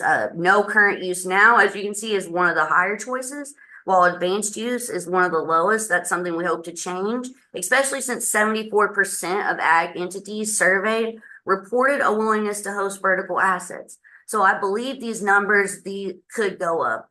Maybe there isn't a current use now, but with those vertical assets or getting people that have no access connected, that plan to use in the future might become a reality. And 46% of farmers were not satisfied or were satisfied with the internet's capacity to support precision.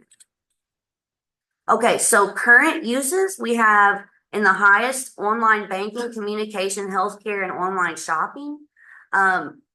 You know, a lot of these things we want to keep growing. We want communication to grow. We want people to use telehealth, but also online shopping is an interesting area for rural, you know, communities. In a recent publication by the Journal of Public Economics, online in an article titled "Online Shopping Can Redistribute Local Tax Revenue from Urban to Rural America," that, you know, fostering e-commerce and online shopping might be a way for rural areas to, you know, increase their tax revenue and their sales tax revenue, with trends being moved away from brick and mortar and to online shopping.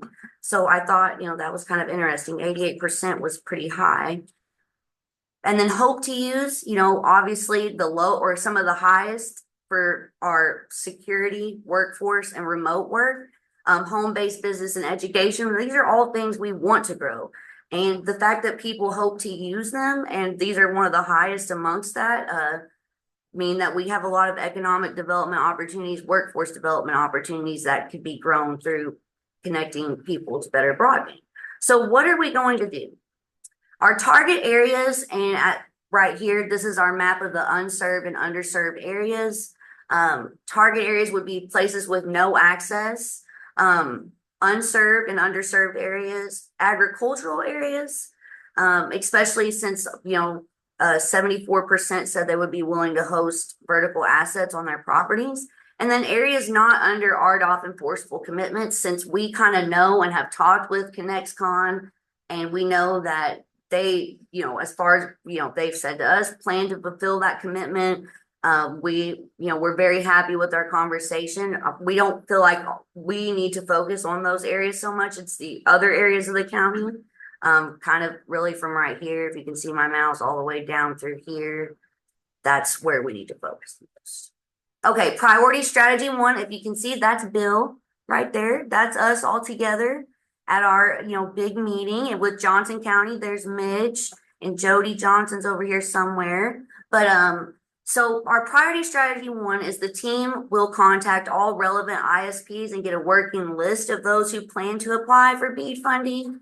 Then we want to create a large-scale digital map of the county that includes all roadways, homes, farms, and structures to help, you know, zone census tracts for ISPs.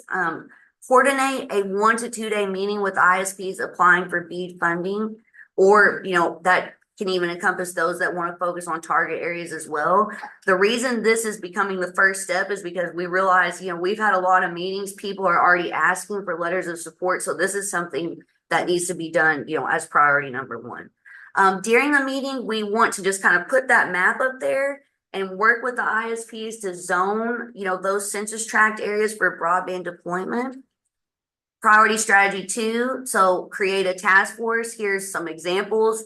This is kind of what I picture us as, though, when I look at the task force for broadband, is kind of just, you know, some keyboards and really getting after it. But, you know, the task force would be like a core group that is responsible for determining which ISPs will receive those letters of support.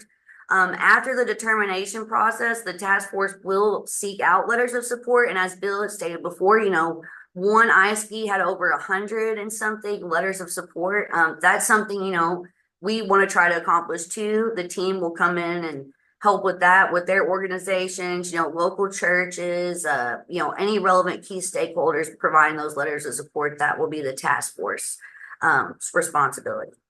All right, priority strategy 3, as you can see here, planning for a broadband breakthrough. Rural Illinois counties prepare for a once-in-a-generation funding opportunity.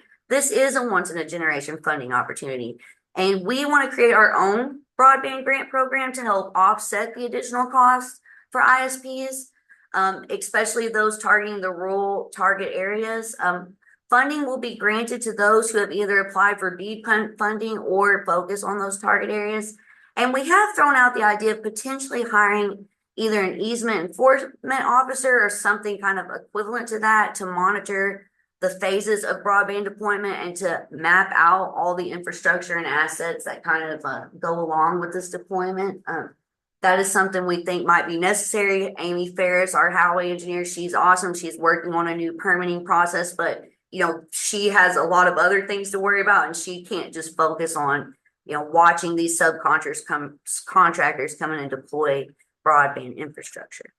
So funding opportunities, letters of support, we believe they have significant value, especially because they'll be necessary for successful grant applications.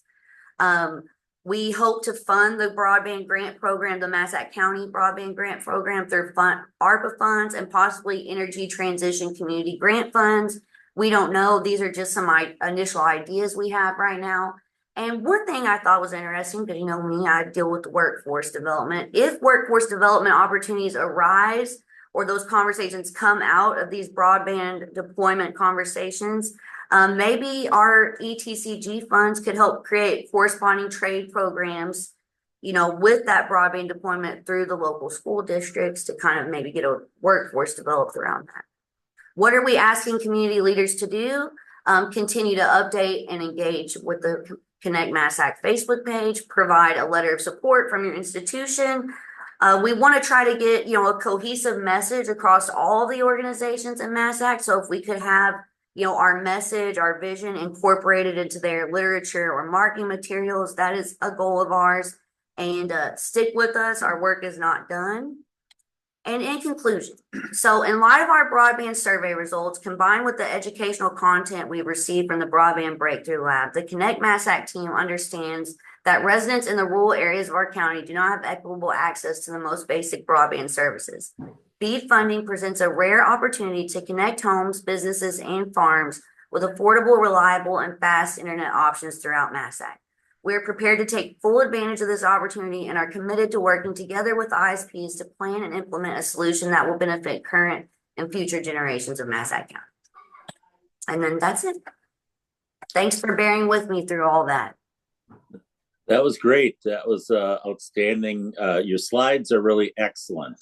I have to say that the combination of the survey results with the comments and so on was really a powerful presentation.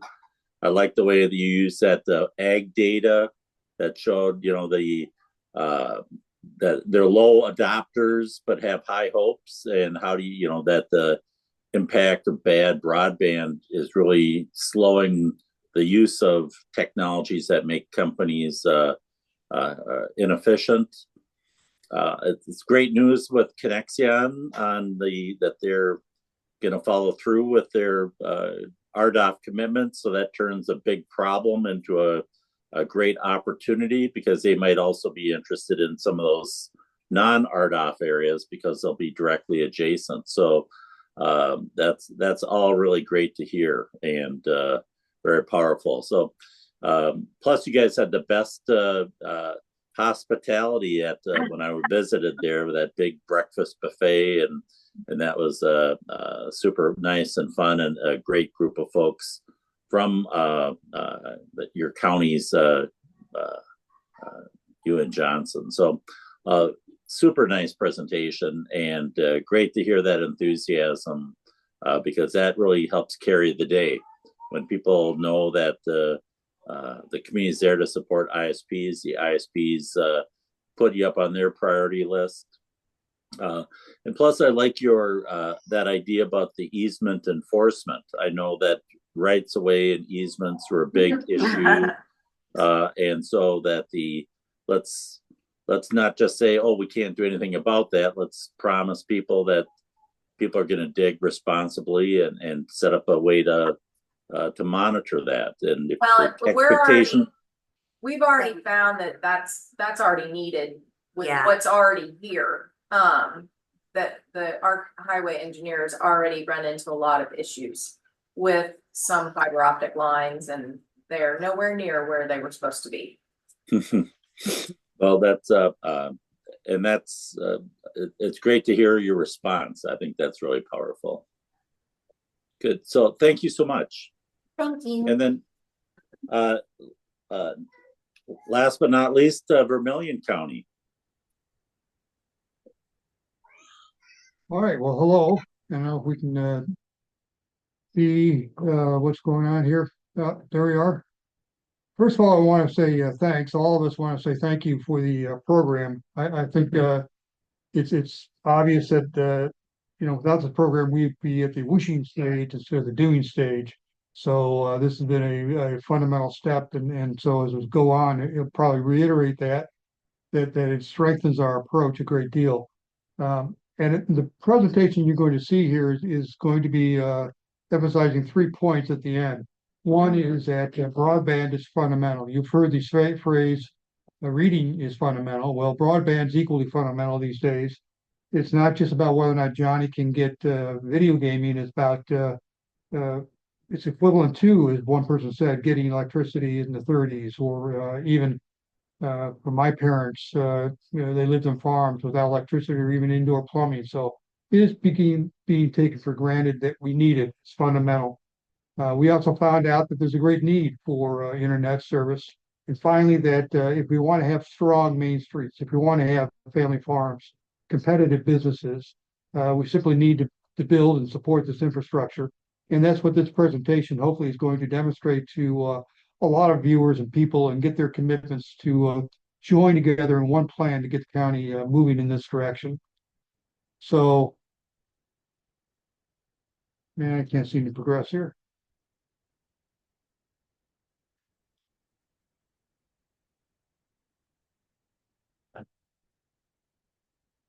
Oops. So as I said, obviously the program that was presented here, we have a lot of appreciation for it. And the other thing it does, I think, is we show this to people, is that we show this, it's not just a bunch of dreamers in Vermilion County.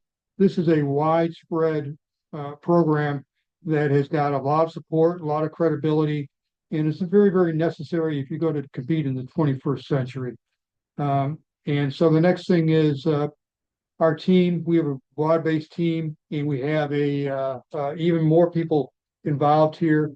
Everybody has provided a opportunity here. So if we want to go forward, we have a lot of comments to show the need. We have comments from people about its work, it's their activities, it's about businesses, and it's what people expect. We have one comment from another person saying that they're from, I think it was California, and moved to a residential suburb here in Vermilion County, and then they're shocked that they don't have quite the speed as they would expect. So it's a great need. And then we have the infrastructure. We know that only a small percentage of people don't really want it. For most part, we need it for agriculture. I think people in our community need to understand that farming and agriculture is one of our major businesses. Precision agriculture is critical to being competitive in the 21st century. And we need to make sure that that's available. Affordability, farming is getting more expensive. Anything we can do to be competitive in this day and age is good for them.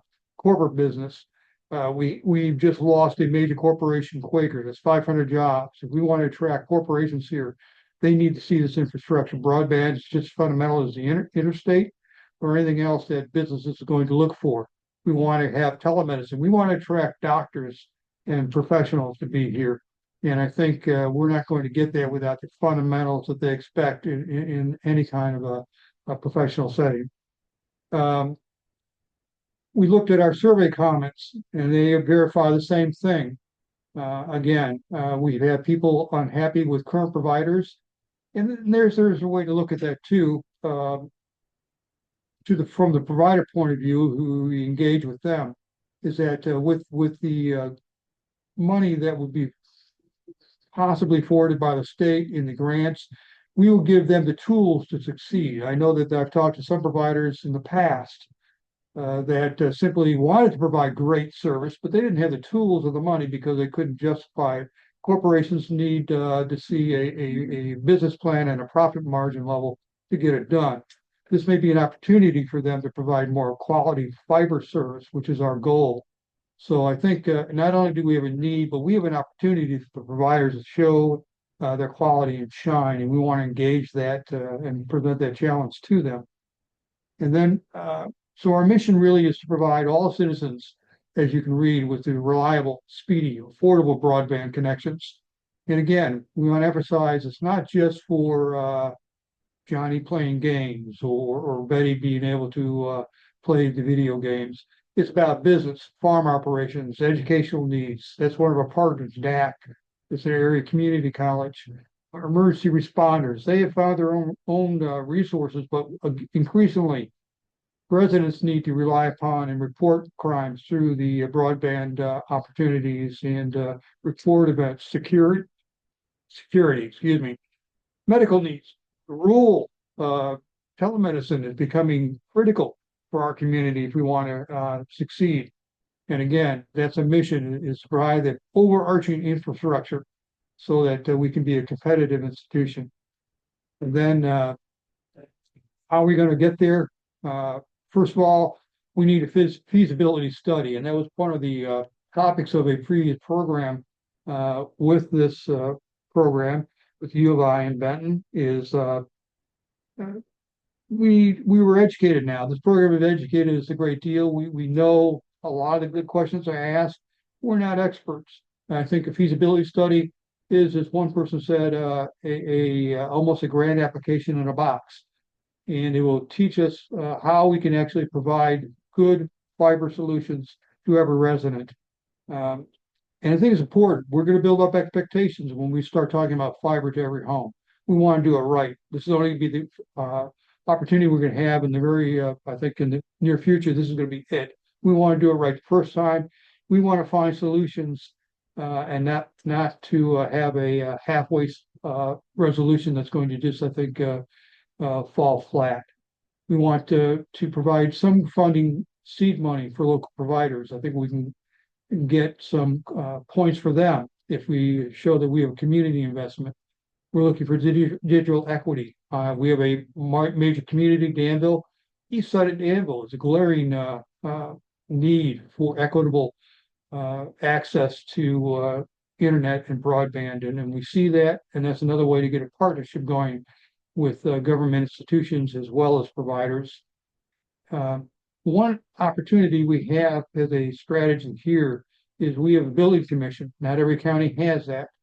We can potentially use our bonding authority to build out a middle mile, as it's called, and to maybe help people build a capital structure that businesses can't maybe invest in, but we can.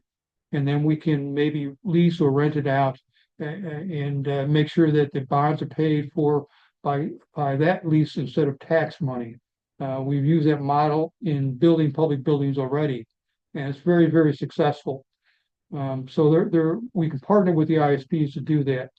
And again, we want to, by being partners and providing opportunities, encourage them to get to the last mile. We've talked to providers, and we know that getting to certain areas is a challenge, and we want to get to those unserved areas. So a large part of our strategy here is to develop a problem-solving approach and a team partnering and finding solutions for these issues.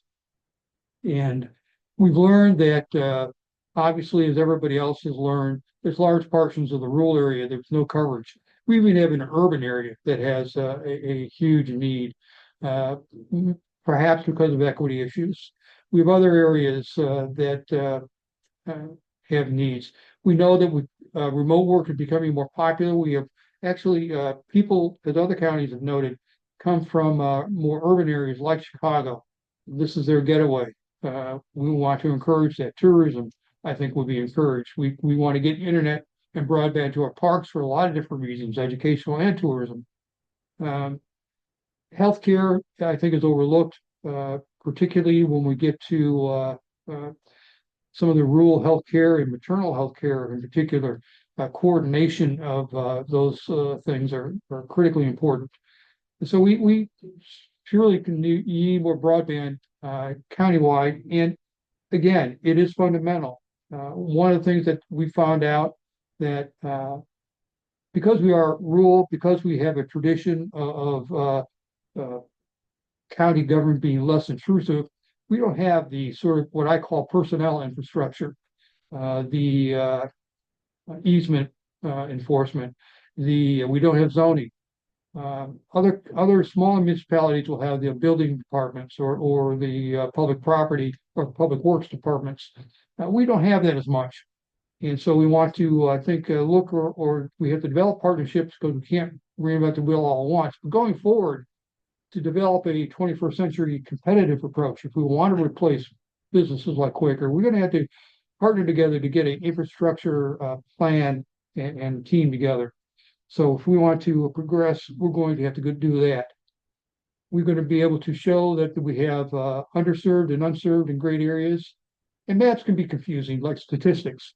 You have the RDOF areas, and you can say, well, there's a lot there, but really there isn't if you talk to people. And we looked at these maps, and they do all reflect limitations. There are pockets where you do have single providers, and that's at least you have some provider, but you don't have options, and that's where you get into cost problems where you almost have a monopoly, and that's never a good situation.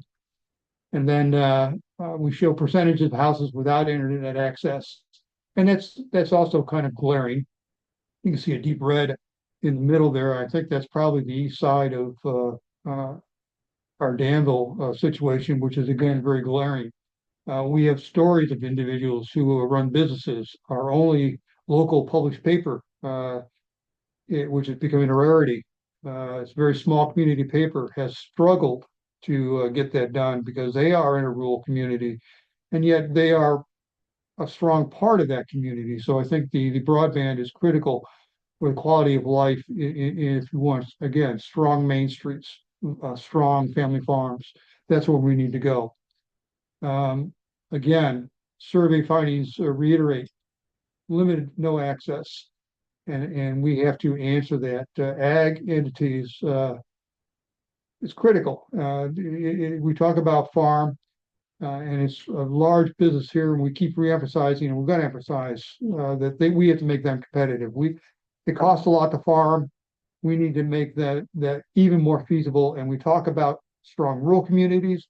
That means you have to have strong family farms too. And everything we can do to do that is a step forward. So again, more findings that support that particular notion. And I think we keep reiterating that the needs, education, entertainment, healthcare, again, all these things are taken for granted, but they are what people look at when they move to a community. They're what businesses look at when they're trying to locate professionals. And they're what we're looking at when we take for granted every day. I grew up without cell phones. Today, you wouldn't dream of walking out of the house without a cell phone. So again, these are things that are critical to the growth of any healthy community. And interviews with providers, we've talked with several. And Harry, we have to give kudos to Mike Marin, who couldn't be here today, for Vermilion Advantage, one of our community economic groups, really the central group in our county. And they, along with the Farm Bureau here, have been critical to pushing this. And they've talked with providers who've reinforced the notion that with partnerships, they can get this done. They're interested. And again, there's challenges, the middle mile. That's where the Public Building Commission may come in, may not, but we're going to have to find a solution for that. And that's where the feasibility study may help us. So we had to get that partnership going. And so what we're going to end up wanting to do, and we have models to go on with our subdivision program. We haven't had a subdivision in quite a while, but we used to have a program where we had a problem-solving team for that. We brought together a team just to figure out how we're going to approach and solve and build a subdivision according to code. We had a model with the northern part of our county was wanting to have a wind farm project. We had a problem-solving team to work on a mass joint road agreement and cooperate in that. So we want a problem-solving team. We want a business plan, which I think the feasibility study is going to help us do. Everybody, governments, taxpayers, everybody wants a business plan, and you have to have it to see where you're going and how you're going to get there. And again, I think what we really have to do is sell this to our local governments, our community leaders, and providers to get the funding, because it's a once-in-a-lifetime opportunity. And again, we're appreciative of this because without the program, as I said, we'd be at the stage of wishing and not doing. And so we're off to a good start, but we have a lot of selling to do yet. So our targets same as everybody, unserved, rural, and we're going to get there.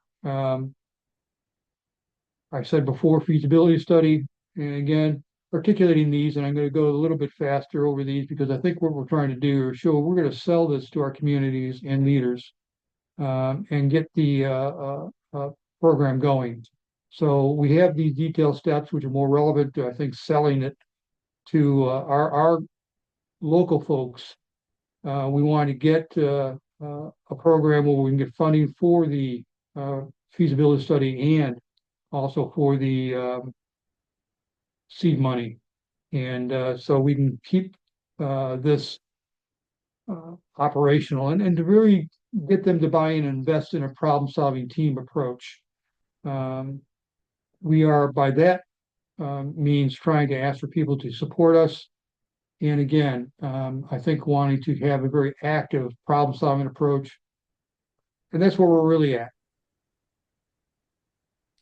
Bill, thanks so much for that presentation. That's really interesting approaches around the middle mile and the feasibility study and this problem-solving team. I think you've got a great team kind of in place to start that, and understanding who else might want to be a part of that or needs to be a part of it.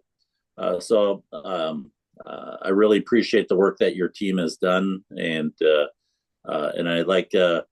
I know your Farm Bureau has been right at the table throughout the weeks, and so that was a super good presentation, and I appreciate the distance you've come on that.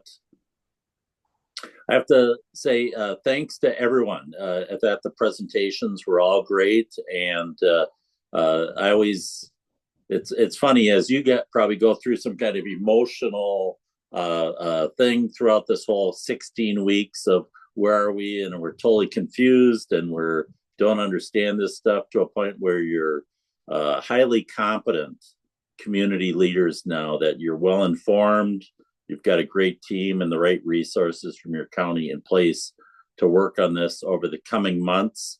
That this is the exciting part, is that in a relatively short period of time, within the next 6 months or so, these funds are going to be allocated to your communities. And this is a once in a generation opportunity for these funds, and making sure they're spent correctly for the long-term benefit of your county is going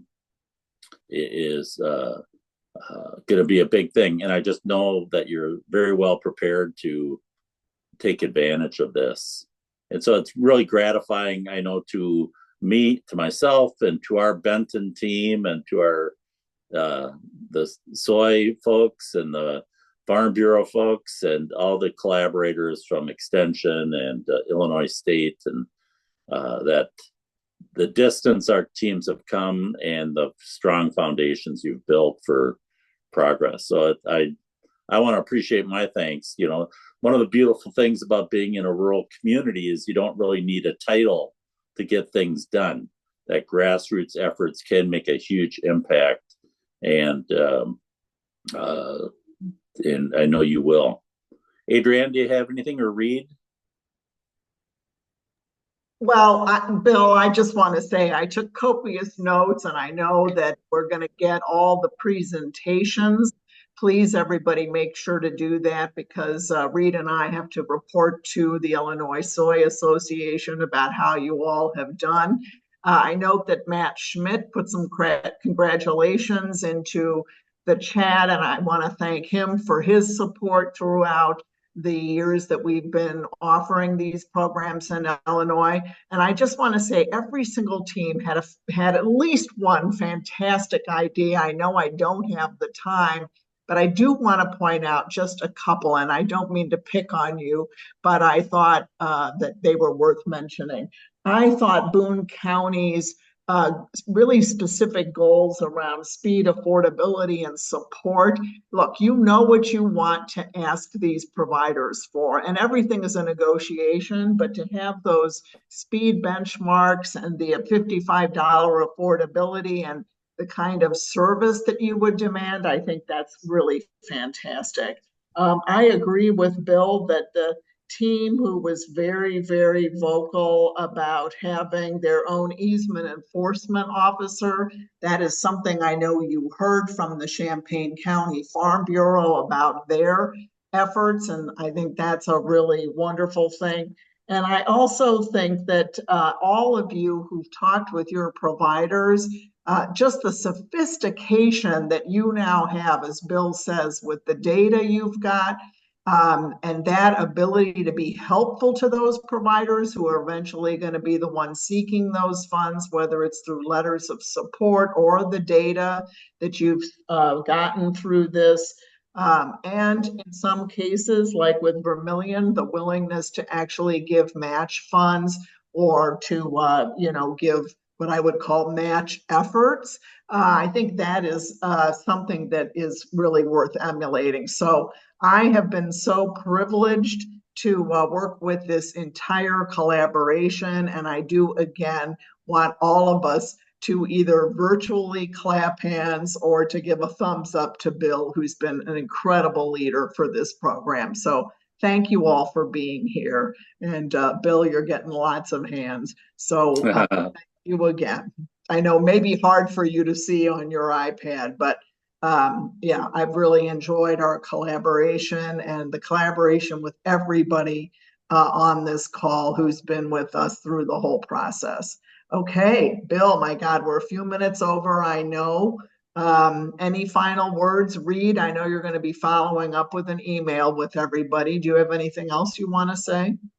No, yeah, just echo quickly that I thank everyone, the collaborators that help make it possible, and then really the community members. All of these community meetings, the planning sessions, I come away with so much. I think I learn from every single one of those sessions. I learn alongside all of you. So, really grateful for the opportunities that this program provides, both you guys and us. I think we learn a lot.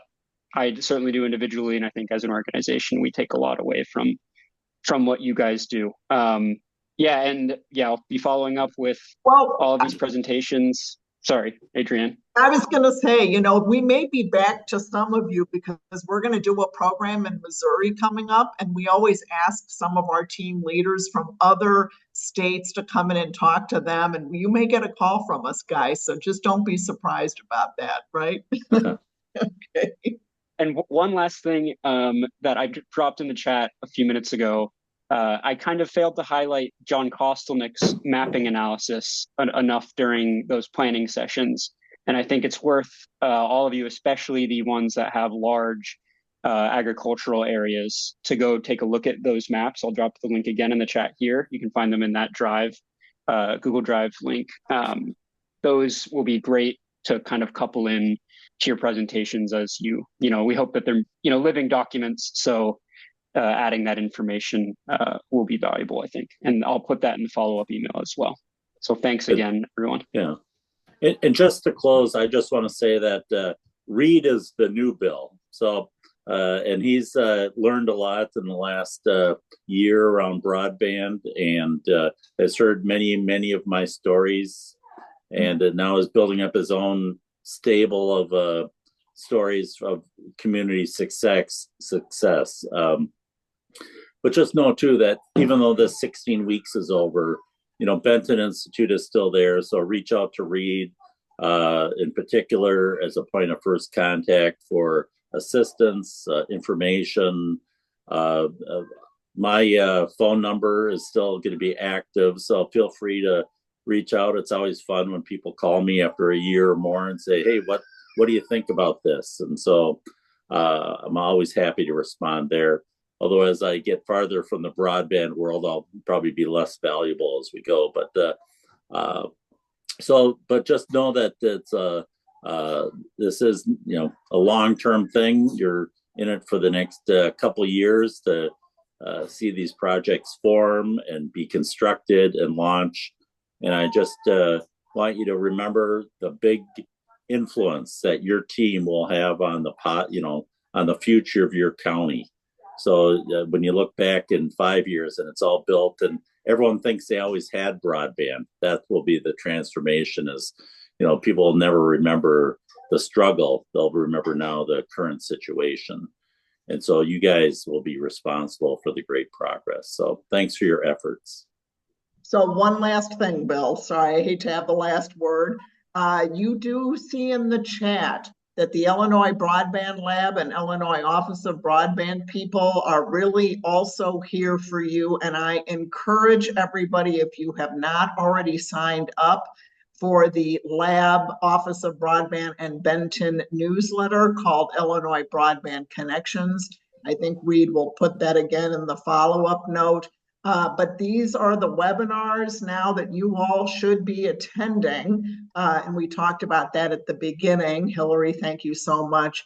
But that your education continues with these other partners that have worked with Benton on these programs. And please do continue to learn and introduce new team members in your community. So thanks again, everybody. Yep, Bill. I just, maybe Nancy, do you want to say anything? Yes. You've been such a strong part of this team.